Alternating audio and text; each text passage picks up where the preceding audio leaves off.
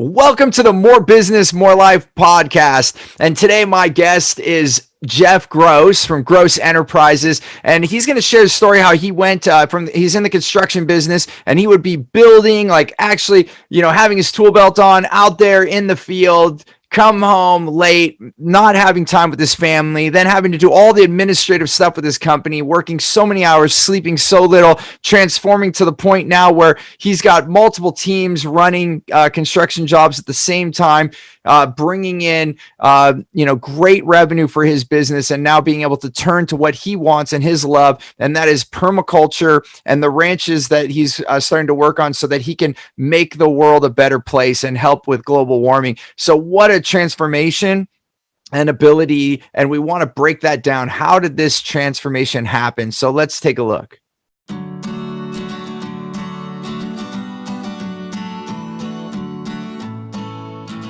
Jeff, welcome to the show. Hey, how you doing, Steve? Thank you. Doing real good. I'm excited to have you. We've been working together for quite some time, and it's been quite a journey. And even you've been on your life journey before even we met. And so today I kind of just wanted to explore that, just because you've had so much change in your life, and it's phenomenal. I think it would be great for my audience to hear a little bit about your life and how it might impact others by hearing your story. And so just to kind of start off, let's best understand. So you've been in the construction industry, I think, most of your life, and you do it all, like from new building to remodeling. But the main focus, where your heart is right now, while you're doing all that and your business is doing all that, you're really been diving into permaculture as well. So maybe just share briefly a little bit about that, so people have some context of who you are. Okay, you want me to share about the permaculture, or? Well, I know that's the most exciting parts. I mean, yeah. So I think, I guess after all the construction that you've done and all the building, I really, and now having gotten to know you, are a master builder. Like, I mean, you can build something out in your head and then make it a reality. That's phenomenal. What's got you so excited about permaculture? So what's got me excited about permaculture, ever since I was like 19 or 20 years old, it was right in that era, even before that a little bit, just farming with my grandma, my grandpa, and just being able to grow stuff has always excited me. And then I met a guy, basically he was Jude Goodpaster, and he was really into permaculture at the time. And we used to get together and we talk about, this, like what we actually, where the term came up, the Happy Ranch. Would be able to create a property that, basically self-sustainable. It produces more than it consumes. So by geographically figuring out how to do that with water and just building materials, one thing we always figured out is that if you have water and rocks, basically earth, some slope, so you have your terrain and trees, you can pretty much grow. You can build just about anything and then grow just about anything, as long as you had some good soil to grow stuff in. So we started envisioning, having this ranch where we could actually cut our trees down, mill the wood right there on site, use the rock, have water. We could actually go out and repurpose, like do demolitions, because in our construction, we found that we were always tearing down old buildings and stuff like that. And it's like, what do we do with all this wood? So between our two homes, we used to re-landscape our homes and do all this stuff, but we had a surplus of wood. And we were thinking that we'd be able to repurpose that wood, build our homes and whatever barns and structures that we had, along with everything else that we did, which was finding that water source. One reason why water was so important, makes everything grow, you're drinking your water and stuff like that. And so it just got the wheels turning and excitement that someday we could create this beautiful property that pretty much, once we got finished with it, it would be our life. We'd have animals, we'd have plants, we'd have our place to live. It would, and when we came up with that term, that it produced more than it consumed, was basically that it would pay for itself, right?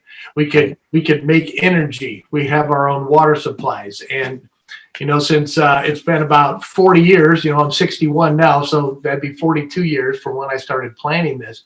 The technology that we have today is so much better than we had back then. So they're called hydro microelectric generators that you can put like from a higher pond to a lower pond, and you put that in between and just open a gate. Could be all your power that you need to run your entire ranch right there off one small generator. And then with the battery backup now and solar and everything that we have, so that's always been a thought. It's like, how are we going to get power? Well, that right there would make all our power, Yeah. and be able to do that. That is, it's quite amazing. And how many years I'm thinking of, Avatar and what's his name, James Cameron. Like he said he had these visions for these movies, but the technology wasn't available.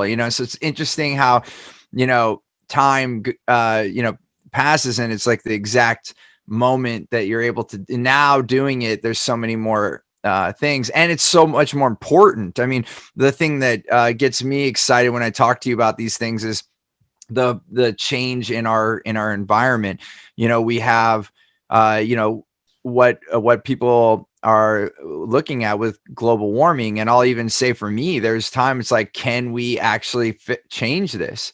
Are we gonna go so far down this that we're not able to live on this planet anymore? And I do believe, if that were the case to happen, that humans would probably pass before the planet would just go to the wayside. I think Mother Earth would survive, and we just wouldn't be able to inhabit this place anymore. But the cool thing that I see is that there is plausibility that in our lifetime we could actually see that change and have the change we want on this planet. And that does come back to permaculture. And what I'm seeing, like, if you see exposed dirt, then it's dying. The water is not being held. It takes the plants in there, and you know this all too well, but it takes the plants to harness that water. And so this is amazing place that you've been aspiring and learning about, for your life.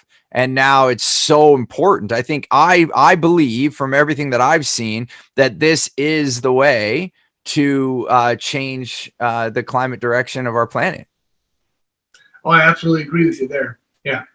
And, some, like you say, the exposed dirt, and I think about it, it's like, if you look at pictures, and you always see that picture of that nice meadow with all the trees and the green foliage and a lake behind it, and just the wildlife and the flowers and then everything that comes with that. Anybody that I know, it's like they can look at that picture and go, oh, I'd love to be right there right now. Even if it's raining or the sun's out, it's just like, God, it looks so beautiful. And then you take just a dirt that's expanded for miles and miles and miles. It's just brown dirt, and sit out there, and it's not like anybody's going to look at that picture and go, oh, I want to be right there, And so, like you said, I mean, it's just like, it's just one thing grows after another, and then the plants, the animals, and the interesting thing about permaculture, and like you're talking about with global warming and repairing the soil and stuff, anytime if you were to take that picture where it's a beautiful meadow and the trees are growing and there's water and there's, all different kinds of life just happening there. So you got insect and bees and animals and stuff. If you were to just cut that plane right there and look at what's going on, like if you could do a cutaway where it shows the dirt below it, right? Yeah. And then the grass above, there's as much life form and roots and everything, and nematodes and gophers and whatever, worms and all kinds of life going on under the soil as there is on top of the soil. We don't see that as much, but you start digging into that, and really good, rich soil, you can pull that up and it's just there. It's alive. Yeah, I saw with the biggest little farm when I saw that documentary in a 7-year period. And I know I've heard other evidence of people doing it even quicker, but they took basically, like, I would say desert. I mean, like, there was pictures of them trying to put a shovel in the ground, and it was, just that cracked soil. It's just like so dry. It just, it's just dirt, and it's really, really hard dirt, like not even much moisture in there, because there was nothing to hold on. Now I know, like, there was nothing to hold on. So the water's just running off, right? It's just leaving that space. And then they by bringing in diverse planting and animals and it's all about diversity. The monocrop is what's killing. right? Just putting one crop and having one yield. And you know, it's so there's a financial gain to this, which I'm so thankful for, because where there's financial gain, people pay attention. And this is our advantage to making this happen. But you know, some of the most profitable farms on the planet right now are in permaculture. You know, like there's one here in California that has said $100,000 profit per acre. That's like unheard of in farming, unheard of. And they're doing it with small amounts of land. But back to the biggest little farm, they within 7 years, you could put your hand in the dirt and just have dirt falling off your fingers, and with worms and all this, just like amazing topsoil that can grow. And then they had a fire near there. As many people know, in California, we've had many fires over the last 5+ years now, like off and on. I mean, even before that, but it's definitely been heavy this last bit. And the fires went around their farm. They had such lush green moisture. I mean, obviously they were freaked out when it was coming, and they were doing what they could to protect it. But the fire kind of went around their farm. Right. It was so wet. It was wet. Yeah. Basically, and it's called transpiration. You know, when you put that kind of have that kind of life going, it transpires its own moisture. You know, the moisture goes up, comes into plants, and it actually can rain on itself. Interesting. If you were to see redwood trees, that's why redwoods are so, you know, like fire safe, is because we actually have on the coast out here in Sonoma County, you know, you'll drive out to the coast and you'll go through there and it'll be a beautiful sunny day, but then this fog, you're driving through the redwoods because they transpire and rain on themselves, you know, which is similar when you get that kind of, you know, plant life and everything going. There's so much moisture, like clump grass is a good example of, you know, when a lot of the foothills and stuff around here in the Bay Area, originally it used to be clump grass, and the grass grew up to a certain point. It'd be like, you know, 12 to 18 inches tall, fall over onto itself, and it would transpire onto itself, right? So it kind of like created its own moisture, and the hills were always green.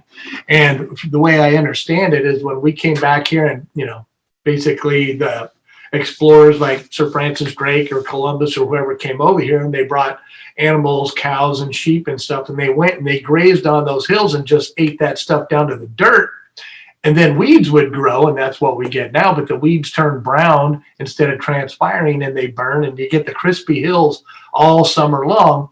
And then when it rains again in the fall, you know, they turn green again, and in the spring, but as soon as summer hits, you know, all those weeds turn back to brown and they get crisp, and that's the fire danger, right?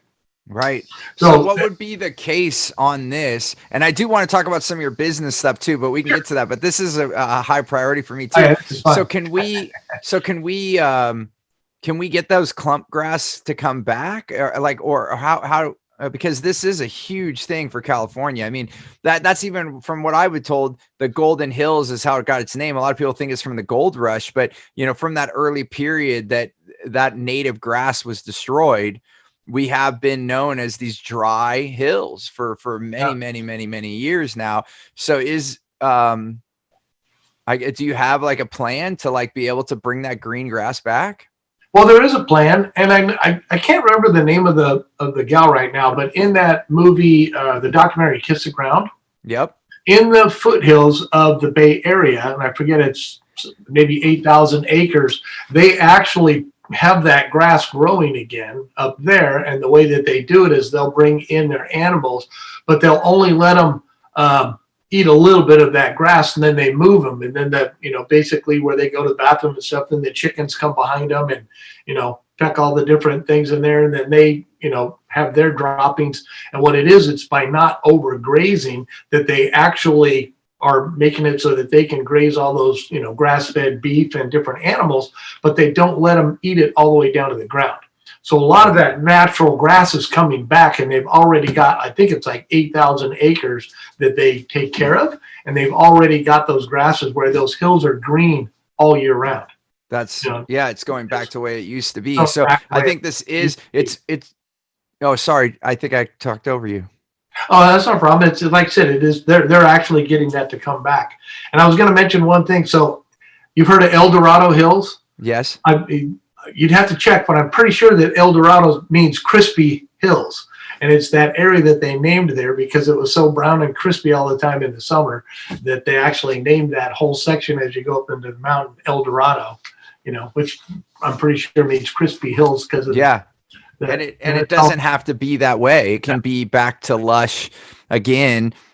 It's man, this is near and dear to me because of how we live. And I was even reading this book that is, more on the spiritual side, like, connection to our planet, connection to self. And I just recently read over this last week, getting towards the end of the book. It's a book on transurfing. Like it's, looking at how we create our own dimensions, our own reality. I know this gets way woo woo, but our own reality based on our thoughts. And one thing that he just brought up in one of the later chapters is that whole saying, you are what you eat. You are what you eat. And then talking about how when humans took control of plants and animals, and how we actually took away the life from those plants and animals, whereas when they're in the wild or in more a wild atmosphere, and even this is where, if you're going to eat meat, to have that wild meat versus that caged meat, because it actually has less life. And then you're actually eating, in a sense, dead, like death, and the way that we eat things that are alive or dead actually portray into our body. Now, again, this gets way woo woo, but I do see this like in my own life as I started becoming more conscious of the food that I consumed and the way that I consumed it. It did make a life. So we're not just talking about saving the climate here. For me, I think as I read more about it, yes, that's important because I have kids and I want them to be able to have kids and I want them to have a fruitful place. But I also think the way that we farm has to change, the way that we get our food, and it matters for our own life force and like moving away from cancer and other things. So this is like so radical what you're talking about, Jeff, and like where your heart is going, because this can change our not only the global climate, but our health. Oh, absolutely. Yeah, it definitely can. I kind of talk to people I'll use this example sometimes about live enzymes. Yeah. And it's like when you pick the fruit right from your plant, right? And I may not be exactly right here, but I've heard that it's like 72 hours after you pick that fruit is when the live enzymes, I mean, they're right there, right when you pick it, but then they start to dissipate out, right? And 72 hours or so, it's pretty much getting down to where the live enzymes are gone in the fruit. Now, or the food. They're still full of vitamins. They still have good water in them. They're still healthy and they're still good for you, but the actual live enzymes are starting to go away. And what they're finding is the live enzymes that when you eat it actually makes it really easy for our bodies to assimilate those vitamins and minerals and, trace minerals and things that, that we get from those plants, right? It doesn't always have to be that way because, I mean, you eat dried fruits and dried things, they're still good for you, but it's when they talk about that live enzyme. So it's kind of funny because my daughter and I, we came up with this experiment where she was asking me about live enzymes. And I said, well, here, let's do a test. So I had fresh carrots growing out in my garden, right? So we went down to Safeway and I come on, let's go buy some carrots from Safeway. And we went to Safeway and we just got the carrots off the shelf. Obviously, they've been there a lot longer than 3 days, 4 days. And we went over to the garden and we washed them and everything. We stood side by side. We each took a bite of the carrot and I'm going, yeah, all right, so how does that taste? She goes, it's good. It tastes like a carrot, right? And I go, yeah, it tastes like a carrot. It's great. I go, okay, let's set these down. And we set them down. I go, now let's go pick our carrots. And we picked carrots right from the garden and we washed them off and they got dirt and everything on it. And I go, okay, let's eat these. And she bit into it and you should just seen her face light up because it's like the live enzymes.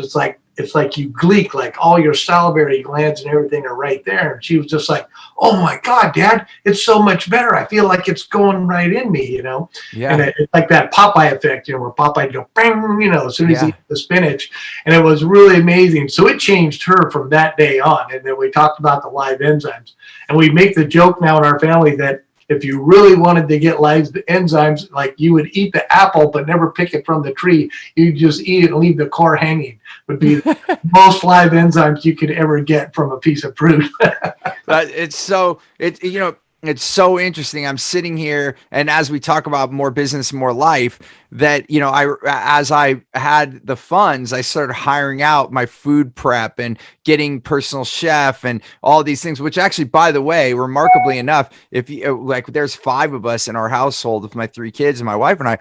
At that volume, it was actually surprisingly not that much more expensive to have someone go get all the food and all those things. It amazes me. But bringing to this point, it's interesting now as my business has grown and we've done things differently.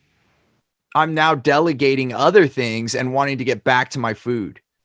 Because this is part of our life, and so like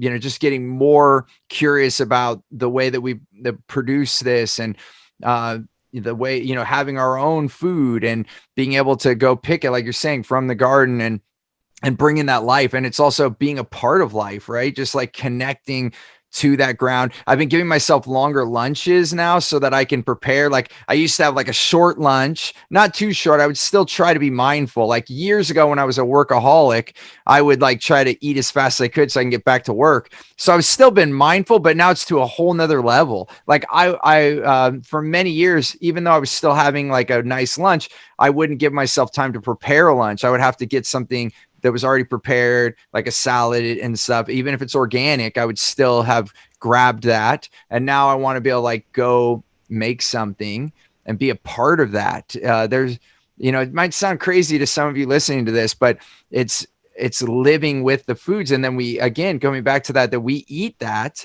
And that's why they always say grandma's cooking always tastes better, right? It's because she was putting so much love into it, so I guess like for you, Jeff, as you've made these things, because you have this amazing garden, and I want to get to the business part here in a minute, because you've been able to give yourself the time to build this and be able to eat off your own land. I know it's not like all of your food, but you've done well with this. Like how has that impacted your life and your health? It's really impacted my life a lot and my health for sure. Like it was just the other day, we actually, apples are in season right now, right? I've got the small apple tree that I was able to pick apples and everything from. And I've got my chickens on my yard. I've got onions, peppers, all kinds of things growing out there, kale, and, just a bunch of different things, some spinach and stuff. And the other morning I was making breakfast. So I basically went out and got fresh eggs for my chickens, right? And then I took some onions and peppers and some garlic that I had growing, along with some kale and stuff, and I sauteed them up real quick. And then I made these amazing omelets. And then I took the apples that I had and threw them in the Vitamix and actually made fresh apple juice. So we were able to make like these omelets and stuff. And the only thing that I really put in there, so it was like we had a little bit of cheese, that was this nice little cheese that we put in our omelet and stuff. And I still had tomatoes, so I chopped up my tomatoes to put on top like a little garnish and everything. But everything that we ate that morning for breakfast was pretty much from my garden, right? A little bit of butter to put in the pan, and stuff like that. A little bit of olive oil that we bought from the store and things like that. But then my mind goes, all it would take, like if I had the Happy Ranch going, we could have some olive trees and process our own olive oil. I could have bees out there, so we could have honey to sweeten anything that we're using out there. We could make teas, like, and like if you had an orange tree, but there wasn't a whole lot. And on a small farm, you could even have a goat or one cow and get your dairy from that. You can make your own butter. It doesn't take but one cow to make all kinds of cheese, butter, and milk, so that everything that we actually produce could be right from your farm, right from your own house, right from your garden. And to me, that's just, it feels so good to do that and not have to go to the store. The stress, and then the food itself's just amazing. And, it's like the eggs are better, everything about it, And I got the taste through the roof. It's through the roof. And then I sit there and I kind of, pat myself on the back, and I'll tell my kids, hey, there's only thing in that omelet or this whole breakfast that isn't grown in my yard is a little bit of cheese I put on it and a little tiny bit of butter that I, put in the pan to make the omelet. So pretty cool, when you're growing stuff, and it doesn't take much more. I feel pretty healthy. I take no medicines for like anything like that. I do use a little bit of essential oils and some herbs that I buy, but other than that, I'm pretty healthy just with what I eat from my yard. I Vitamix up a lot of my vegetables and fruits and drink that, daily. And then I'm able to go out. I mean, we can still afford to, we can go to a restaurant or something like that. But I feel that I eat enough healthy food with live enzymes and vitamins and everything. I can afford to go out and get a little piece of pie and ice cream somewhere, after a dinner or something, or a treat and go out to dinner because I'm eating so much healthy stuff, right from my yard and things like that, that you can have something else and it's not going to hurt you. As if where you ate out all the time or ate a bunch of processed food, you're not going to get the same life force or, enzymes or energy that you do if your mainstay is from your own, what you grow at home. I'm 100% with you on that. And then as I've gotten more sensitive to it, like even those times I do that, I'm very selective of what restaurants we go to now because my energy, I could feel it diminish after that meal. And I'm like, oh, I don't like that. And so then you start, after you do it a while, you start choosing that less and less and less and less. Right. I'm curious to switch gears for a minute. Maybe we'll come back to the farming because I could spend the whole time talking about farming because I'm like really curious about it right now. And I'm trying to learn as much as I can as well. But how, I know a lot's changed in your business since we met, and our opportunity to work together has been awesome. I'm curious, like what has, for you now, you have your business running and you have your team running, that you're able to take this time to, explore permaculture further, start building out more ranches and things like you're talking about. I guess what do you think if you just to start off with like one thing, what's been the one thing that's allowed you to run your business and be able to have more life at the same time? Can you pick one thing or is that too difficult? Is there one thing that stands out above the rest that's allowed you to have this balance? Well, to tell you the truth, I guess my one thing would be my mindset, which you've helped me with, which is going from, thinking that I was the only one that could do this work to, no, I can train my team to do this work. And then I just supervise and train and oversee work that's going on, so that's one of the biggest things where before, it was like I was doing so much work myself and I got really good at it that I think that, finding somebody to do that work without me being like right there, hands-on in charge or doing part of that work, there was like this belief system where it was like, no, it can't be done without me putting my hands on it, right? Because it's gross enterprises and I've got to do that.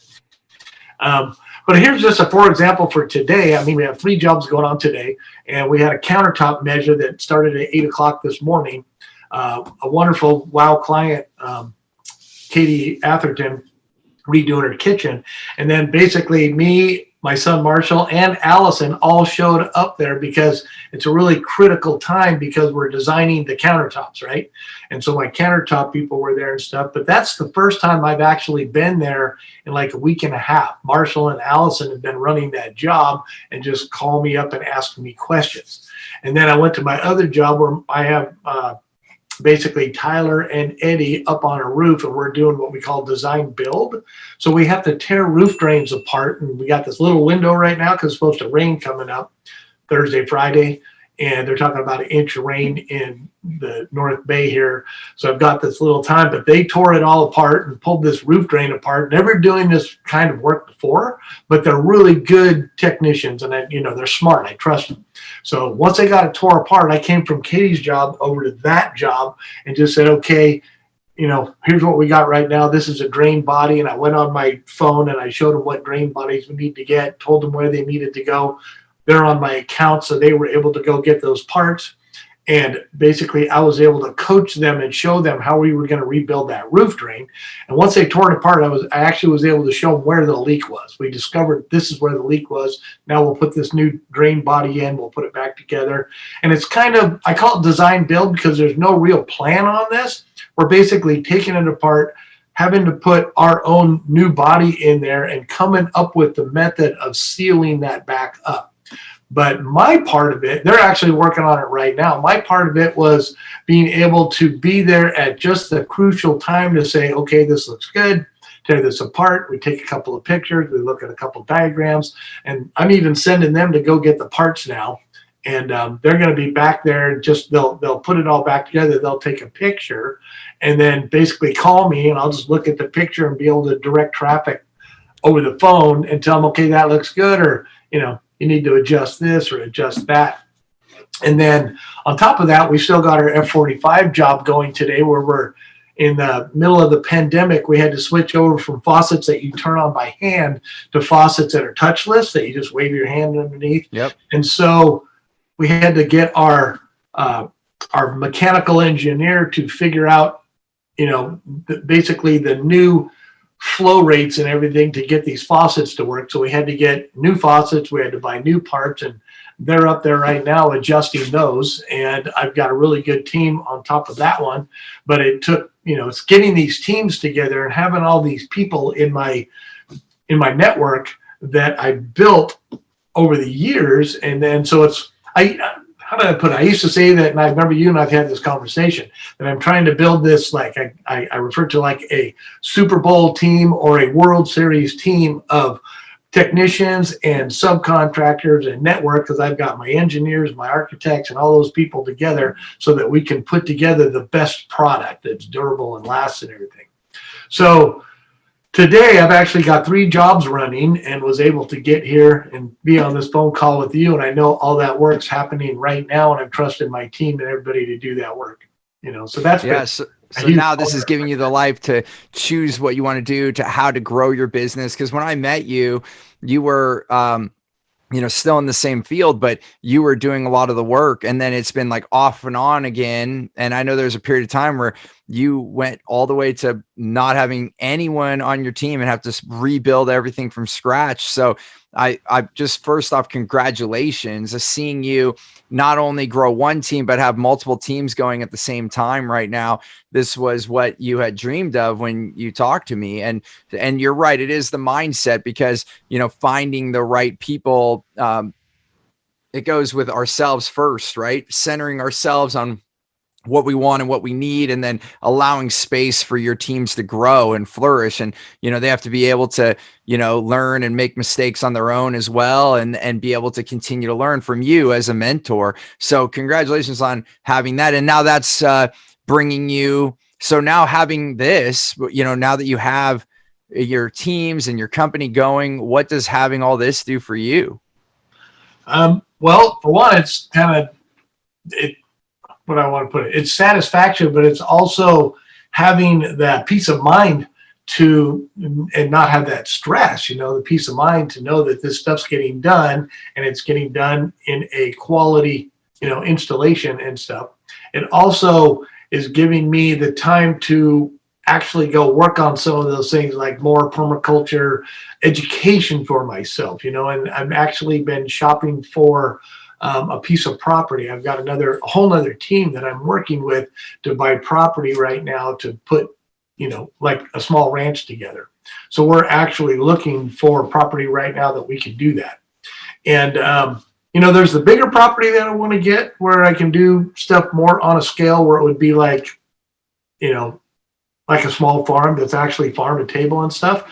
But the property that we're trying to do right now is we're actually trying to buy small pieces of property and set up little ranchettes that we can sell to other people, so that they can actually come in and have a 3-acre, anywhere from 1 to 3 acre, maybe even a 5-acre parcel, that they can start having these little mini ranchettes on their own. And then that's going to basically bring me the income in that I need to go buy property, for myself, Awesome. that property. So now you're able to not only, continue your education around permaculture, but you're also able to start working on some of your own bigger projects that will, help other families get out on the land and have their own little ranch and farm. And then that's also going to bring more financial reward to you, so that you can start building your happy ranch.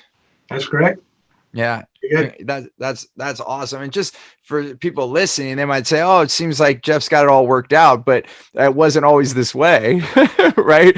And I know it's not always as pleasant to talk about these things, but I think it's really nice for people to hear your transformation. So, like you said before, you really were in the field, feeling like you were the only one to have things when you were doing that, when you were working all the time, how was that affecting you at that point?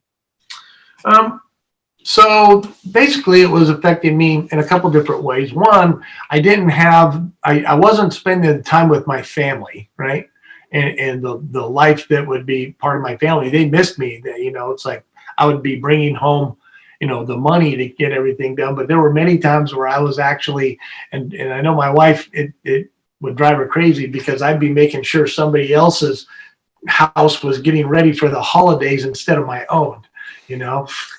And it's like, well, their Thanksgiving is going to be wonderful because we just got their room all remodeled and painted and everything just in the nick of time. And then I go home and it's like, well, okay, well, we're going to have dinner and everything. But, it was one of those things where I was sacrificing my own life with my own family to keep the business and to keep somebody else satisfied, because that's how I, had my business running at the time and wearing all the hats. So it was affecting me that way. Plus there's a stress there, it's just working all those hours and not doing the things that I wanted to do to have that balance of life where you're enjoying what you do. I enjoy building. I enjoy doing that kind of work. And even then I would take breaks and, we'd work a little bit and then we'd take breaks and we'd have fun, but I was just working way too many hours. And then how many sleepless nights, I call them sleepless, where I didn't get as much sleep because I'd be home after that hard day of work and I'd have to sit down and bust out an estimate or do some book work and pay some bills because I wore all the hats at that time, right? So I was collecting the money, going to the bank, making sure that was good, balancing the checkbook, writing an estimate, meeting with that client, making that phone call, trying to get the jobs ahead. And then you and I talked about this too, is where I'd be working so hard that we'd get all done with that job and I didn't have the next job lined up. So now I'm like no work for 2 or 3 weeks. And it's like because I didn't spend the time to get the next job lined up because I was so involved in the first job and finishing it. So getting that balance, that was really hard. It's kind of like, it's too many valleys and then dips and then ups and then downs and ups and downs, is where now it's more of a even line. There's always the ups and downs. Like you said, life is but a yo-yo. Hopefully you're always yo-yoing uphill, right? Yeah, going up yo-yo up the stairs. So the whole yo-yo itself, the string and everything is going up, then it's okay. You're gonna have ups and downs. But I guess so what I'm hearing is, you're working long hours, sacrificing your time with your family. And then when you get home, you were still working, doing all the administrative side of the business and sleeping very little. I get, and this is an entrepreneurial story. And I was there too, I remember, I was like the best salesperson in my marketing company. And then I would also then have to run the business. So easily at a minimum, I would spend 40 hours doing all the development of the business and then 40 hours running the business. So, easy 80-hour minimum, like when I heard people talk about working 40 hours, I'm like, that's part-time, and that's supposed to be full-time. I was like, what are you talking about? That's like, and I was, it was that whole no pain, no gain that I bought into. And I realize now, and as you know too, that that's not the case. Yes, you can gain in pain. We can learn from our mistakes and the things that are hard, but we can also gain from the good times too. And we can learn a lot from the good times, and we can actually choose that. I guess I'm curious, with all of knowing that this spread from where it was before and now where you are now and continuing to grow in a good direction. What would you call out the turning point? Like what made it? Was it like inside and you're just like, this is enough? Or was it an outside force? Like what made you shift? Can you pinpoint it to one specific spot that made a significant turn to move towards where you are now? So, where I can pinpoint it was, there was a time, and it was back, I'd say,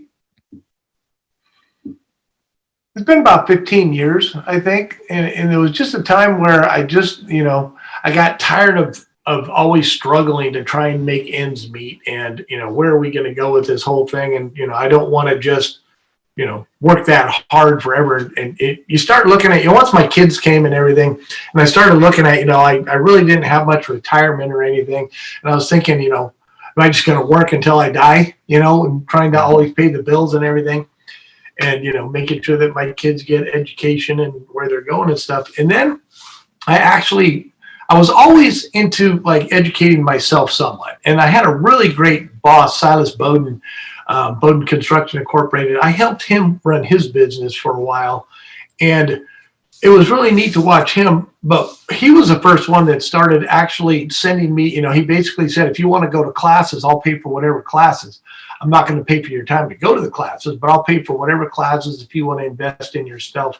So I started, going to these classes and stuff, and, the learning part of it just came along, and I was like going, wow, look at all this learning that I'm doing. Right.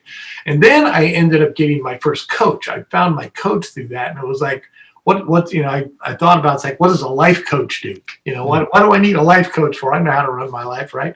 But what it really comes down to, it's that accountability thing. It's like your life coach is like sitting in the audience of Jeff Gross and watching your life like it's a movie.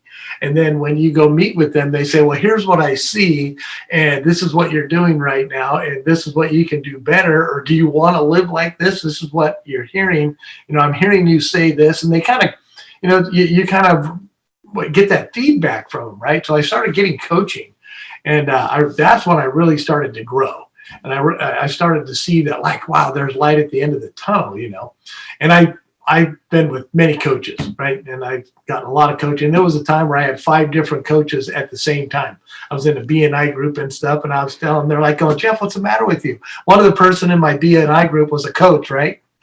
And I went and talked to him, and he goes, you've got 5 coaches. What are you doing, here talking to me? And I said, you're the one that invited me. I was thinking, but it was funny. And then little by little, now I'm, basically down to do, I have used my mentor, but I've got other people. I'm always there's always coaching that comes along. Right. So I look at my CPA firm, like my tax accountant, she's like my coach. We had a big meeting the other day, and she was basically coaching me on the way I need to run the business so that we can use our money so that we're not paying taxes that we don't need to pay, right? And just the way to set money up and stuff like that. Yep. And it was really nice. I mean, usually when I would, get my tax work and everything, would be like, man, how am I going to pay these taxes? I've been working all hard. Now I got to pay all these taxes, right? Well, it was really nice this year because she basically said, Jeff, you need to spend some money so that you don't have to pay these taxes. You need to reinvest into your business. So it was really nice hearing from her that we had done so well that we actually need to, basically restructure something. So I'm actually putting together a retirement plan for my guys now, because it's something I can invest into my company, help me with not paying all those taxes, and give the people that are coming to work for me a better place to work, right? Yeah. Which is huge too. That's how I found really good people. Now we have the medical, dental, vision, we got a bonus plan, and now we're going to have a retirement plan. And it's because we did so good this year that I'm able to invest into that retirement plan to start giving back to my team.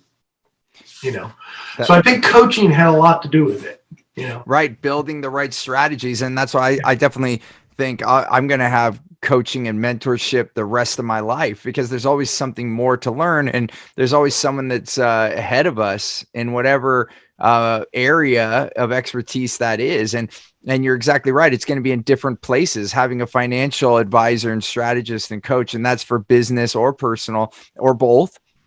And then other things, business, speaking, health and fitness, dietary, a nutritionist, and different chefs you learn from, so many things to learn about life. And, I think the key thing you hit on is having multiple coaches. I think what I've found is, as long as you don't have multiples in the same area, what can get tricky is if you have 2 different business coaches and they both might have workable solutions, but they might be different. And then you have that, oh, which way do I go? Well, then you have to kind of pick and just own one direction, because you don't want to pull apart your business, because there's many ways to build a business, and you could have, they could be both successful coaches and both take you on a successful place, but you got to really pick. I mean, it's like for you and I, we're in California right now. If we want to go to New York, there are quite a few different ways we can get there. You just got to pick one. You don't want to do both at the same time. So I'm with you. And so choosing choosing that and having these advantages, what do you think has been the biggest advantage now for you having this direction and these coaches in your life? So the biggest advantage is it's actually freeing me up to do more of what I want to do. I've always had like these goals. I put goals out there, stretch goals, regular goals. And then I have those, what do they call them? The big, hairy, audacious goals. I forget who put that one. Yeah. BHAGs, Jim Collins. Yep. Yeah. And it's like, I put that out there and some people, I don't know, I'll get a little kickback saying, "Oh, you're crazy. That'll never happen." And it's like, "Oh, yes, it will." You got to have that mindset. Like, I'm going to go out there, I'm going to get this done. And you just got to do it piece by piece by piece, So, is that answering your question there? Well, I think, it's just that you're having them is giving you that advantage to have those goals, I guess is what you're saying, having the time to really, because now you have the time to be strategic in your business and do the things that you want in your life. And that's where you are. So if somebody's out there and they're where you were and they're working like crazy and they're getting home and doing the paperwork and they're not sleeping much and they're, running that lifestyle, what would you suggest as like the first thing? If you only saw someone once, maybe you bumped into them at the supermarket and you maybe you're never going to see them ever again. And they're like, "Hey, I'm working like crazy. I'm doing all these things." What would be the one thing you would tell them to go do? I think I would tell them to take a moment, to sit back and look at their life. I've told other people this before. I say, sometimes you have to like get out of where you're at, like take a moment and stand back, like you're looking at, being the audience of your own life, right? And what am I doing right now? So it's like, take that. It's almost like if I can, do a little out of body experience when I'm working like crazy, stand back and look at myself. And then I tell them, I say, don't be afraid to invest in yourself. That's what you need to do is go learn, figure out what you want to do and don't be afraid to invest in yourself. Get a coach, invest into your own education, invest into how I can do things better. So that I'm not living this crazy, work every day lifestyle and stuff. And the other thing that I would tell them is this is some of the best advice I've ever got is, when you're making money, take a little bit of money and save that money right off the top. I think a gentleman told me once, he said, there's always more month than there is, at the end of the month, there's always more month than there is paycheck. So as soon as you get that paycheck, put 10% of that aside, sit on that, don't touch it because, that's kind of like what you can use for investing into yourself and stuff. And then you just, have that little bit of savings because it's like, it just feels good. It's like that, what do you want to call it? It's just a safe spot, just having that savings, a fallback so that you can fall back on that. Because there's times you're going to, oh, my car broke down. I wasn't expecting that. Oh, now I got to go dip into that account and get that paid for. So I'm not, putting a bunch of stuff on credit, which credit's good, but you have to be smart about how you use it. Right. And so, but mainly it's investing in myself, taking the time to invest in myself, go educate myself and getting to where I want to be and having some kind of accountability. Now, some people are really good at going out and just being their own person and really driving going forward.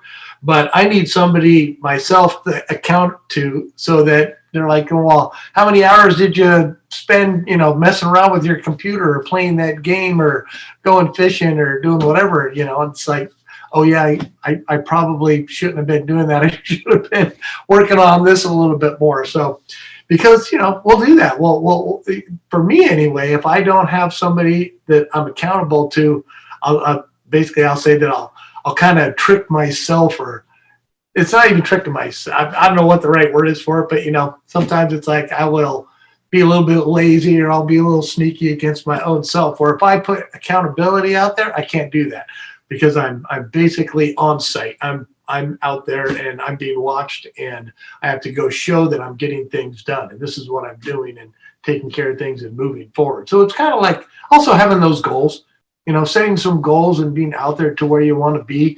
And if you can set those goals and then have somebody else look at those goals and then go visit that again with that coach or mentor or whoever it is that you look up to, and then have a meeting a year from now and go, hey, let's look at these goals. Where have you gotten to? And it's really nice to set your goals and go back and go, wow, I got all that stuff done and then some. I even got more than I got done on my list, which is really nice. So Yeah, that's what I'd really say. It's just, get and don't be afraid to invest in yourself, because that's what you got to do. Be right, proud of what you do and share it. right. And I guess just to slow down, to go like to put the microscope on it a little bit in that moment. And I know it was freaky for me the first time that you made a significant investment in yourself. What I think there are people that have never done that. They've spent money on other things, like even on cars or this or that. But then when you go to get it like a coach, then sometimes it's like the strangest thing. And I definitely I guess I'm curious, like, how would you suggest people make that decision when it becomes a financial one? Well, I that's a good question. How to make that decision? I don't know. I guess I would just let them know that, look at my own success from making that. I don't know how many times, and even to today, I'll still get a little bit, like I'll tell my dad what I'm doing, or my brother, or my, even, Allison or my wife, and they'll look at it and go, well, can't you just do that on your own? Why do you have to pay for all that coaching? It's like, no, I can't do it on my own. With my own self, I go out and I try and do, and I find, like I said, I'm not doing these steps. I'm not accountable, right? So it's kind of one of those things, and people, and I've just got proof in the pudding. It's like, since I've been paying for coaching, look where my business has gone. All those years I just tried to do it by myself. I just kept working harder and harder and harder. And I actually found myself owing more in taxes and being more in debt, and feeling like I had to go get another job to pay for that, or I'm trying to invest into my tools or whatever. And now, as I've gotten coaching and putting those goals together, and having to go back and answer, those goals, or meet with that coach again and go, wow, look at where you come, Jeff. You started here. You wanted to be here. It's kind of like where I'm sitting right now. There was a time I said, I want to get an office, shop, and a showroom so I can, go do my work here and then leave work and go home. And this place that I have now was always just a goal. It was something that was in my mind. Am I ever going to get there? I want to have 3 crews, 3 company trucks, and those guys out there running, right? Instead of sharing my own personal vehicle was my company truck. And then I'd go home and pack everything in my garage. And if I wanted to go camping, I had to unload everything and then pack my camping gear in and go, so it was that. So little by little, I look back on it now, and I did achieve those things. I have a shop, I have an office, I have a showroom, I have my full-time, Allison, who's she's office manager. She makes her own name now. She's a production manager. So since she ran that one job for me, she went from being the office manager to the production manager. And I thought it was great. It's like, sure, go ahead. You want that label? Put that label on yourself. Get some new business cards made up. Now you're Gross Enterprises production manager. Yep. And I believe in them, and I let them kind of grow. And then I meet with my team, and we talk about where we want to go as a team now, because we have our core group, where before that was always just me, right? And so, part of that growing like that is expanding, then bringing that team in.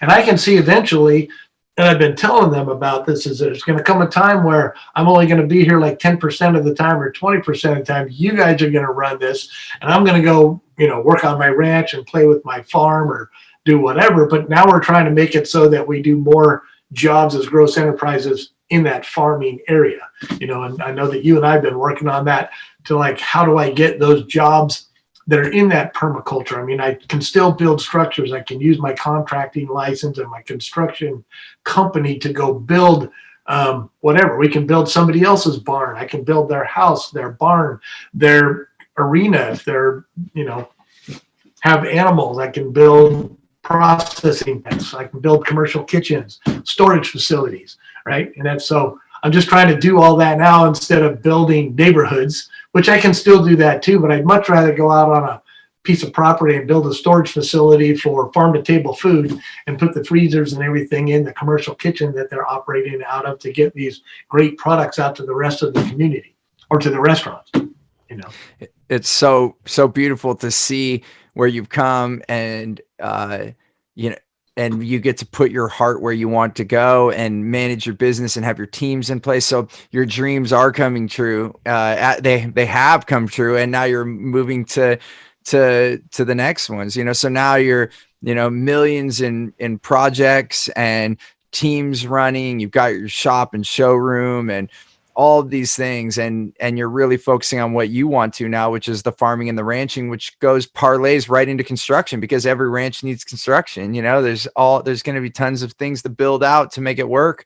And I think it's good for yourself, it fills up your heart, but you're also going to help change a lot of people's lives, and you're also going to help the planet, because you're going to make a difference one plot of land at a time. So I think awesome, Jeff. I'm so happy for you. And, in closing, we've got just a minute here left. What, again, thank you for being on the show and sharing this journey. And, I guess I'm curious, what is your, I think we kind of touched on it in the beginning, but like, what's, if you were to pick the one big focus for you moving here, what, like the next step for you, like what's the thing that you're most focused on next? So I'm focused on getting some properties so that I can actually turn those properties, like helping to help the planet, So it's not just getting those properties, but that's going to give me the time and money that I need to actually take my time and work more with other groups trying to help, the overall global warming and stuff like that, and be able to educate myself so that I can help with the whole production of fixing the planet, which I just feel like is my calling. It's becoming more and more clear that that's one of the things that I feel like I was put on this planet, because they're going to need my help to do that. So educating myself to do that, and at the same time using this company and Gross Enterprises in general to help build that, so that we can actually move in that direction where we're making money. It's lucrative. It's keeping us going. At the same time, we're doing something good for the entire planet itself, for the earth and for the community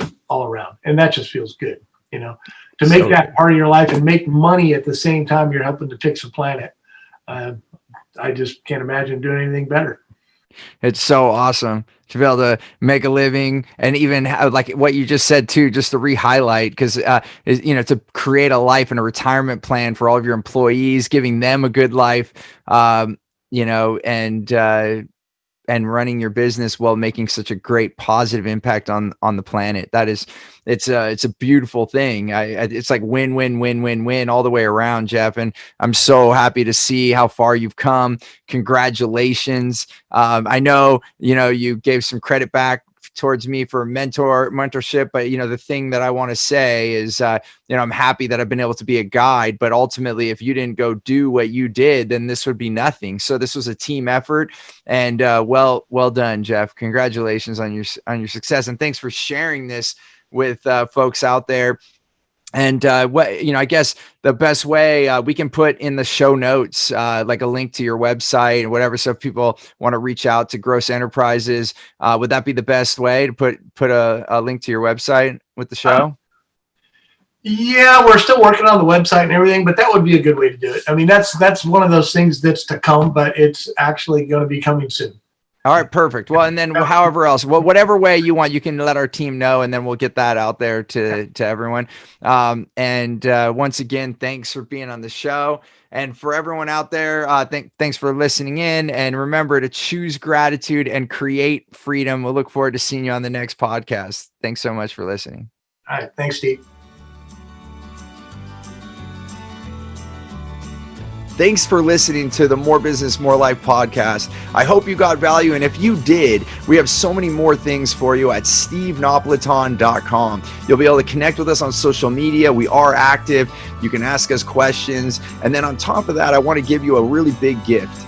And it truly is. We want to give so much value. We have an offering. It's a program called Clear Path to Customers. It's the same way that we attract wow clients and only working with the right people, the people we want to.